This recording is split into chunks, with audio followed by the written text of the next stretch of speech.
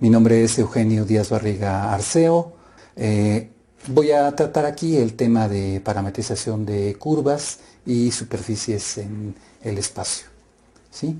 Habitualmente trabajamos lo que son superficies y curvas en el espacio. Esto porque, digamos, una de las aplicaciones más interesantes de estos rubros en matemáticas tiene que ver con la cuestión de movimiento. Usualmente para representar cuestiones en el plano pues no tenemos mucho problema, podemos tomar una superficie plana como esta. Usualmente utilizamos un sistema coordenado, utilizamos por ejemplo el sistema típico cartesiano y cualquier punto en el plano lo ubicamos por ejemplo con dos coordenadas, ¿no? La coordenada X y la coordenada Y, ¿sí? Bueno, para trabajar el movimiento en el espacio, una curva, por ejemplo, aquí sumergida en el plano, lo que necesitaríamos sería que cada coordenada,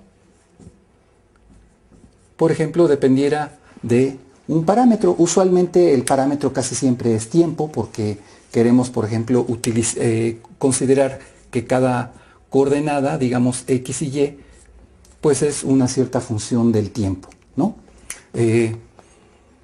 Así, pues un conjunto de puntos, digamos, como pensamos que una partícula cuando se mueve a lo largo de una trayectoria me está dejando una curva, bueno, pues una curva cualquiera, por ejemplo, que pase por aquí, esta podría ser intentar parametrizarse en términos del tiempo, ¿sí?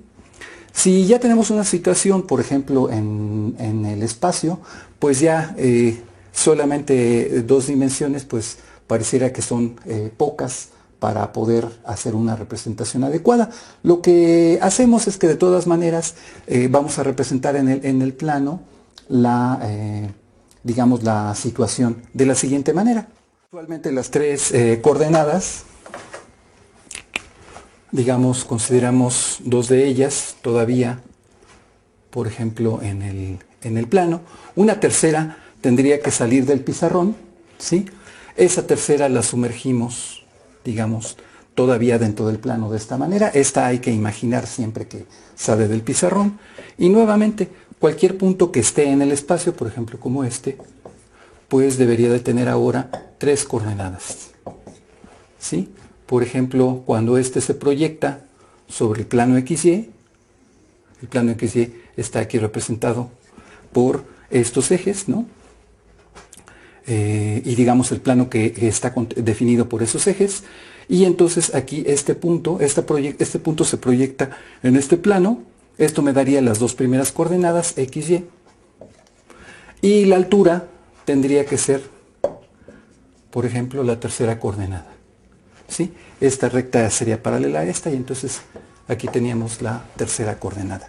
Nuevamente, aquí en esta representación tridimensional, pues podemos pensar en una partícula que se mueve en el espacio, digamos arbitrariamente, y entonces cada una de estas coordenadas pues dependería del tiempo, ¿no?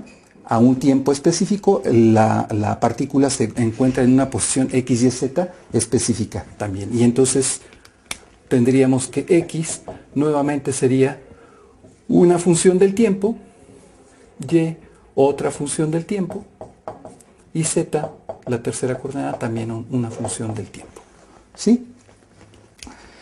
Bueno, esto nos permite, por supuesto, digamos, modelar curvas ahora en el espacio, ¿sí? Para no olvidar, por ejemplo, qué es lo que hacemos con ellas, digamos, para tener presente esta situación, pues tenemos, por ejemplo, aquí algunos modelos físicos que podríamos utilizar para dar una invitación un poco más concreta de las cosas. Okay. Bueno, un ejemplo de una curva, digamos, en el espacio, pues vamos a pensar que sea algo así como este alambre, ¿verdad? Puede tomar la forma que uno quiera. Vamos a hacer pasar, por ejemplo, por él una cierta partícula. Esta partícula va a ser algo que, por ejemplo, va a recorrerme mi curva, de alguna manera, ¿no? ¿Sí? Bueno, aquí debo de recalcar que la posición, digamos, la curva debería de estar fija y la partícula se debería de mover con el tiempo. Yo lo hago aquí arbitrariamente con las manos simplemente para que no, tengamos en cuenta que pues, la partícula se está moviendo con respecto del tiempo. ¿Sí? Bueno, en esta parte de la parametrización de una curva, una de las cosas que uno quiere también hacer es precisamente hablar de la geometría de la curva. Por ejemplo, entre dos tramos específicos de la curva, uno puede hablar de muchas características de ella. Por ejemplo, la longitud que hay desde un punto hasta otro de la curva. Puede uno hablar de la curvatura que tiene la curva, ¿sí? Para un punto específico, uno puede considerar diferentes cosas. Por ejemplo, en un tramo de la curva uno puede pensar en la recta, que es la recta tangente a la curva, y entonces, dependiendo de cómo se recorre esta curva, si digamos de mi izquierda hacia la derecha, puedes pensar, por ejemplo, que el vector velocidad está en este punto de la curva marcando hacia una dirección, o bien en dirección contraria si el sentido de recorrido de la curva va en otra dirección. Pero eso no es lo único. Digamos, para poder orientar bien una curva en el espacio, requerimos pues no solamente una sola dirección. Ya hemos visto que necesitamos tres direcciones principales y a veces las coordenadas X, Y y Z no son suficientes para hacer una buena representación. A veces es más propio tener que esta representación viaje con la curva misma, ¿sí? Por ejemplo, uno sabe que el vector tangente siempre está señalando o va a ir en el sentido de el vector velocidad. Teniendo esa como convención, uno puede tratar de fijar alrededor de él otros dos vectores más que me puedan dar una situación más completa de la curva. Por ejemplo, podríamos, antes que eso tendríamos que hablar también de que para una curva dada, podríamos pensar, por ejemplo, en una circunferencia. Esto es parte, por supuesto, de la geometría misma de la curva. Para una curva dada, podríamos pensar que hay una circunferencia, en un punto dado, hay una circunferencia que mejor se ajusta a esa curva, ¿sí? Define también un cierto plano, en el cual pues no está contenida toda la curva, sino un tramo de ella, ¿sí? Ese plano sería el plano que llamaríamos plano osculador de la curva en ese punto, ¿sí? Y esta sería otra característica que podríamos mencionar de la curva. Aquí en esta circunferencia, por ejemplo, podemos señalar, suponiendo que el sentido de recorrido fuera este, pues este sería el vector tangente, ¿sí? Pero otro vector que sería también muy importante definir sería el vector que se llama normal a la curva.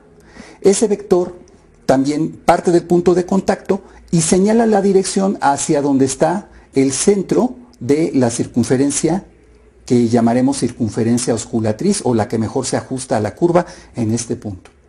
Entonces, definidas estas dos direcciones, la dirección del vector tangente y la dirección del vector normal, hay una última dirección que sería la dirección del vector, binormal. Ese vector se llama binormal porque tanto es perpendicular al vector tangente como es perpendicular al vector normal. Entonces como que es doblemente normal o perpendicular, ¿sí? ¿Cómo se considera este vector? Podría ser cualquiera de estos dos. Sin embargo, se tiene la convención siempre de utilizar la llamada regla de la mano derecha. ¿Qué cosa es esta regla de la mano derecha? Pues consiste en algo como lo siguiente.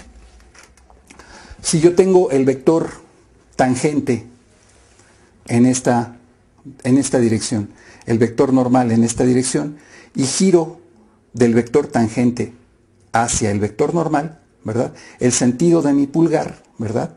Aquí va a estar señalando la dirección del vector que vamos a considerar el vector binormal, ¿sí? Entonces, con esta pequeña regla y con esta situación física que hemos platicado, pues ya tenemos una idea de cómo es la geometría que hay en las curvas. Hay algunas otras características que se hablan de ellas, se habla por ejemplo de la torsión, etcétera, pero en particular nos centraremos en estas, ¿no? En la circunferencia osculatriz, así veremos por ejemplo su radio de curvatura y también veremos por ejemplo el centro de la circunferencia osculatriz. Ok, en el caso de parametrizar una superficie, pues podemos tomar como primer elemento el que sabemos parametrizar una curva, ¿sí? Y digamos, podemos considerar una superficie como obtenida, por ejemplo, por el desplazamiento de una curva en el espacio, ¿sí? Esa puede ser una manera de verlo. Puede uno pensar en una curva ya rígida, y por ejemplo en un vector de desplazamiento que me genere a través de este tramo de curva una parte de una superficie. Muy bien, nosotros pensaremos por ejemplo que entonces podemos tener una superficie también modelada por ejemplo por un dispositivo como este, ¿no? Podemos tener una superficie cualquiera, una superficie como esta. Aquí por ejemplo uno puede observar que para cada punto, digamos, de este arreglo de alfileres, ¿no? Cada punto tiene una coordenada X y Y, y la altura de la barra, por ejemplo, que se ha levantado, puede consistir en una tercera coordenada, la coordenada Z. Entre todas las puntas de los alfileres, pues se está modelando lo que es la superficie que tiene este cuerpo, ¿no? ¿Ok? Bueno, podemos tener muchos ejemplos de superficies, ¿no? De hecho, cada uno de ellos pues, nos ofrece diferentes posibilidades de modelación, ¿no? Incluso algo más feo.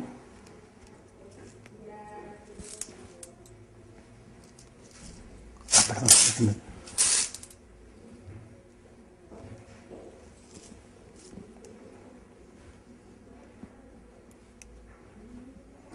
Pues nos podría dar ejemplos de superficies a modelar. Muy bien.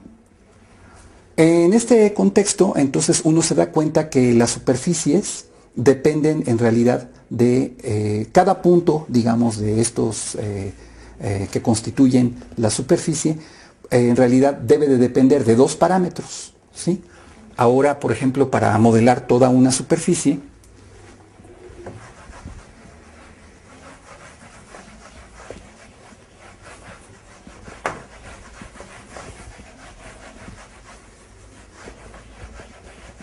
haremos una representación aquí también en el pizarrón. Nuevamente, no hay que olvidar que una de las coordenadas, pues necesariamente la vamos a sumergir aquí en el plano.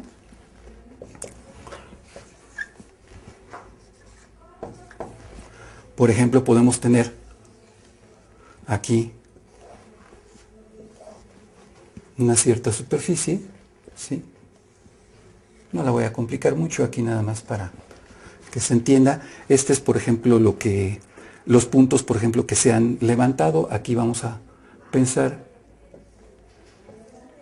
que podemos tener un ejemplo de una superficie. Y entonces, en cada punto de coordenadas X y Y, uno puede pensar que tiene su correspondiente coordenada Z, ¿sí? Entonces, aquí, por ejemplo, podemos pensar que Z es una función que depende de X y de Y. Bueno, aquí Z pues depende claramente de dos parámetros, ¿sí? Pero en general podríamos decir que toda la superficie, todas sus coordenadas, por ejemplo, X, Y y Z, cada una de ellas son funciones que dependen de dos parámetros, ¿sí? Por ejemplo, podemos pensar que X depende, digamos, de los parámetros U y B, Y depende de los parámetros también U y B, y Z depende de los parámetros U y B, ¿sí? Lo usual en las funciones que se han venido trabajando es pensar en que z depende de x y de y. Si este fuera el caso, por ejemplo, de una función de dos variables, pues fácilmente la podríamos transformar a esta parametrización, haciendo que, por ejemplo, x fuera u, y fuera b, y entonces z es una función que depende ahora de u y de b. Entonces y, como es una función de b, pues y es idénticamente b, pues se puede también escribir que es otra función, digamos h, que depende de u y de b. Bueno, aquí u no entra en la fórmula, pero sí entra b. Entonces, en particular, es una función que depende de estos dos parámetros. Lo mismo para x, pues digamos g, que depende de u y de b. Aquí la que no aparece es b, pero sí aparece u. Y entonces aquí tenemos una forma en que tradicionalmente uno puede convertir una función de tipo cartesiano en una representación de tipo paramétrico.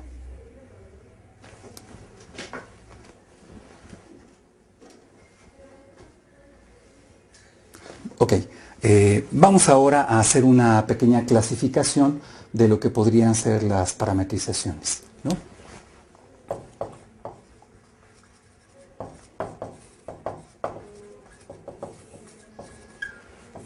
Bueno, resulta que las parametrizaciones, una misma curva o una superficie puede parametrizarse de muy diversas maneras. En realidad, casi podríamos hacer una clasificación de tres tipos. Por ejemplo, podemos tener parametrizaciones que llamaremos algebraicas, otras que llamaremos trascendentes,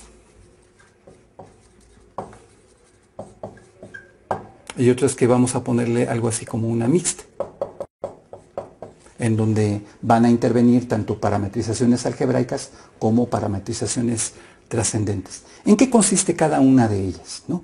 Bueno, imaginemos que tenemos un ejemplo de una curva, por ejemplo, una curva en el espacio, x depende de t, y depende de t, y z depende de t también, ¿sí? Una parametrización se va a decir algebraica si las funciones que entran en juego aquí, por ejemplo, pues tienen que ver con cuestiones como polinomios o en general con funciones racionales, ¿sí? Básicamente, ¿no? Entonces, esto es algebraico, algebraica, cuando entran polinomios o funciones racionales. ¿Sí? También aquí, por ejemplo, pueden entrar radicales, también es algo que hay que mencionar. ¿Sí? Pero la idea es que no entren funciones, por ejemplo, como las funciones exponenciales, las funciones trigonométricas, los logaritmos. ¿Ok? Bueno, esas son funciones de un primer tipo. Se dice que son trascendentes.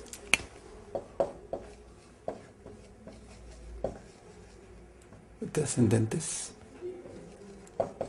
Si entran, por ejemplo, funciones como funciones exponenciales, logarítmicas,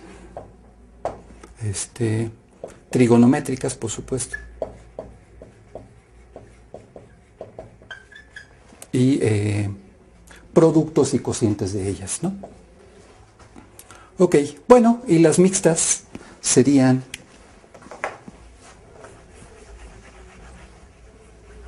pues combinaciones de ambas, ¿no?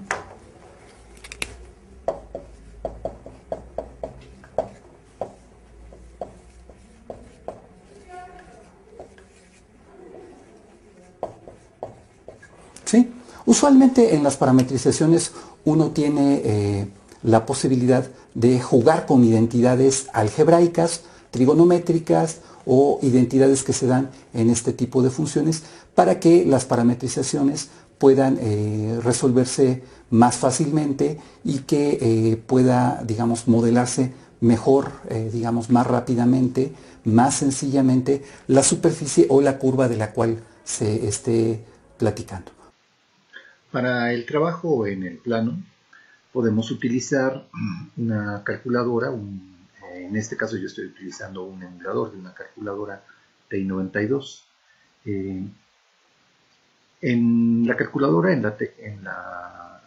la opción de la tecla Mode, las opciones que nos muestran, nos da la oportunidad, por ejemplo, de trabajar en diferentes tipos de gráficas. Aquí ya la opción número 2 es la opción de paramétricas, pero también tiene funciones en polares, sucesiones, gráficas en 3D y ecuaciones diferenciales. Vamos a tomar la opción de paramétricas para trabajar.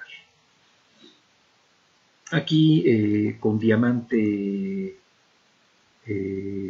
W estamos tomando la opción Y igual, y entonces aquí podemos posicionarnos en una pareja X de T, Y de T, la número 1, la primera pareja, para proponer gráficas de funciones. Por ejemplo, aquí voy a modificar ligeramente esta. Por ejemplo, voy a poner 3 por coseno de T, y para Y de T, por ejemplo, vamos a poner algo así también como 3 por seno de T. Bueno, tenemos entonces dada una primera pareja de componentes X de T y de T. Vamos a ver ahora entre qué valores vamos a mover a T. Por ejemplo, T lo podemos mover, digamos, entre 0 y, por ejemplo, pi medios.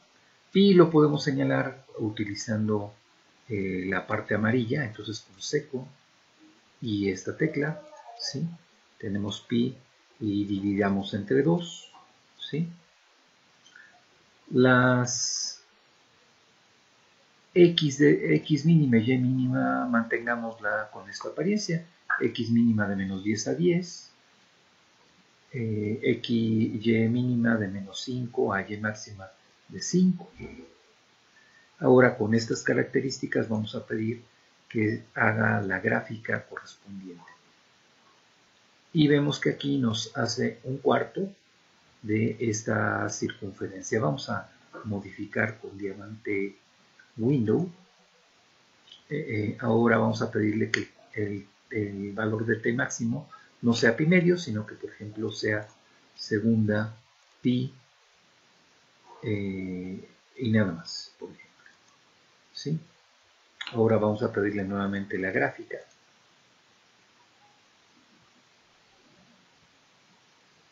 Y ahora obtiene media circunferencia arriba del eje X.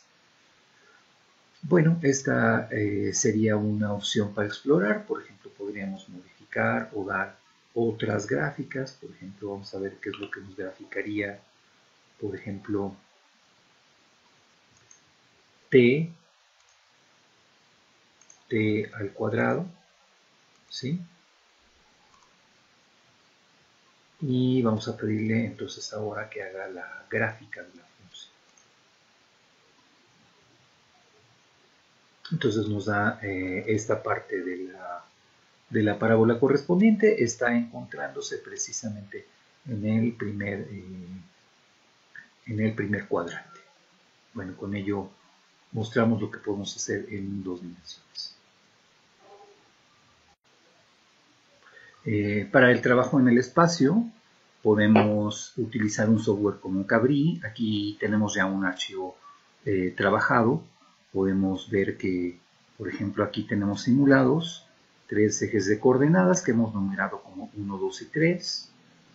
Tenemos también aquí unos parámetros T y U. Aquí estoy moviendo U, este es T, ¿sí? Que se mueven en algún intervalo, en algunos intervalos ya predeterminados. Se pueden cambiar estos intervalos, ¿no?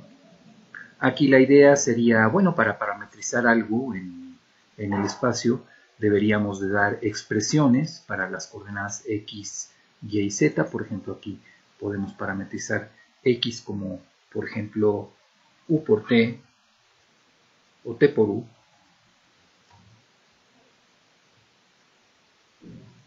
T por U. ¿Sí? Por ejemplo, que Y fuera U menos T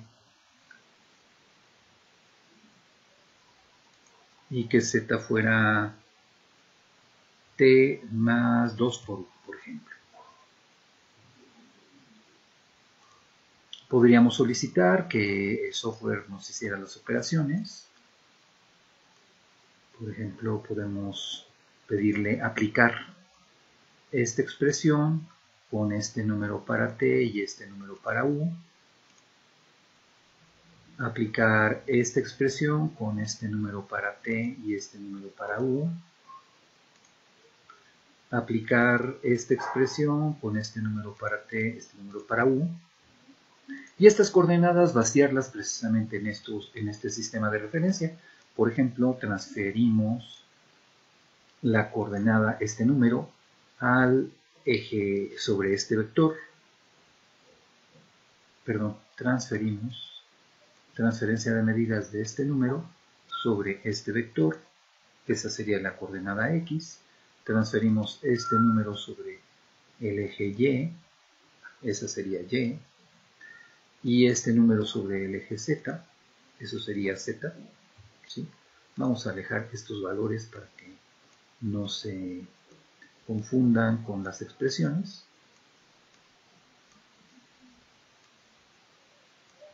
Podemos, por ejemplo, jugar un poco con estos parámetros para ver que digamos, si son valores que podemos, por ejemplo, digamos que están parametrizados con respecto a estos parámetros.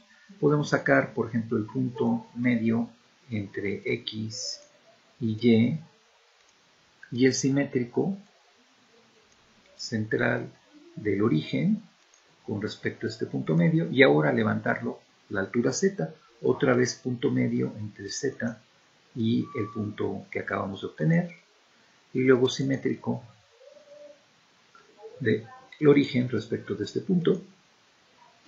Y ya después, si queremos obtener, por ejemplo, las superficies, primero debemos obtener las superficies, las generatrices, por ejemplo, con lugar geométrico de este punto, cuando T, por ejemplo, se mueve, ¿sí? Lugar geométrico de ese mismo punto, pero ahora cuando U se mueve. Estas serían las dos generatrices de esta superficie. Después vamos a pedir que en las preferencias, por ejemplo, el número de puntos no sea tan grande, por ejemplo, que fueran solamente 25, ¿sí? Y vamos a pedirle aplicar lugar geométrico de esta curva, por ejemplo, cuando U se mueve, ¿sí? Entonces aquí podemos ver, cambiando de perspectiva, cómo sería esta superficie. Bueno, un archivo más trabajado, ¿sí? Podría ser algo como el siguiente. Aquí, en vez de tener intervalos, tenemos objetos que queremos explorar. Las expresiones que queremos explorar son bastante conocidas, ¿sí?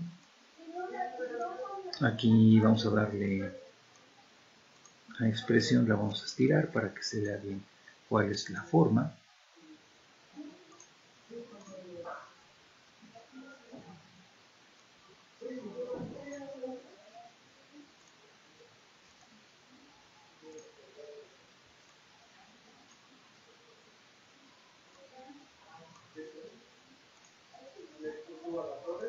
Y entonces estos representan X como función de U y de B, Y como función de U y de B, y Z como función de U y de B. Aquí, por ejemplo, lo que tenemos es que P ya se ha calculado, está en el plano V, ¿sí? Y primero lo podemos mover libremente. Vamos a ver qué pasa si lo montamos, es decir, redefinimos este punto P como un punto sobre objeto, y el objeto es este polígono estrella.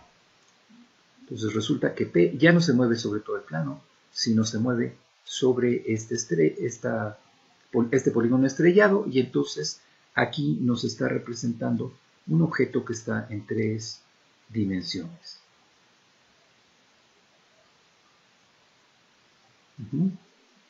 Podemos ver qué pasa si cambiamos pues sospechosamente nos da algo que se va haciendo como una madeja que parece una esfera. ¿Sí? Podemos ver qué es lo que está sucediendo. Ahora veamos qué es lo que sucede si, por ejemplo, cambiamos a este punto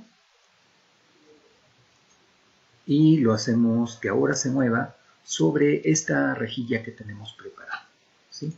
Vamos a hacer un poco hacia acá este polígono y vamos a mover esta rejilla. ¿Sí? Por ejemplo, vamos a hacer que estos puntos coincidan con estos bordes.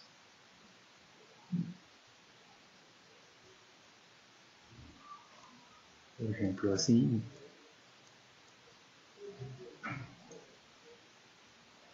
Podemos ver que entonces lo que está sucediendo es que nuevamente se está envolviendo todo en una esfera. Jugando con los bordes de la rejilla podemos darnos cuenta entonces qué es lo que se necesita para envolver completamente a esta esfera. Bueno, vemos que softwares como estos nos permiten hacer la emulación de las parametrizaciones en 2 y en 3 dimensiones. Gracias.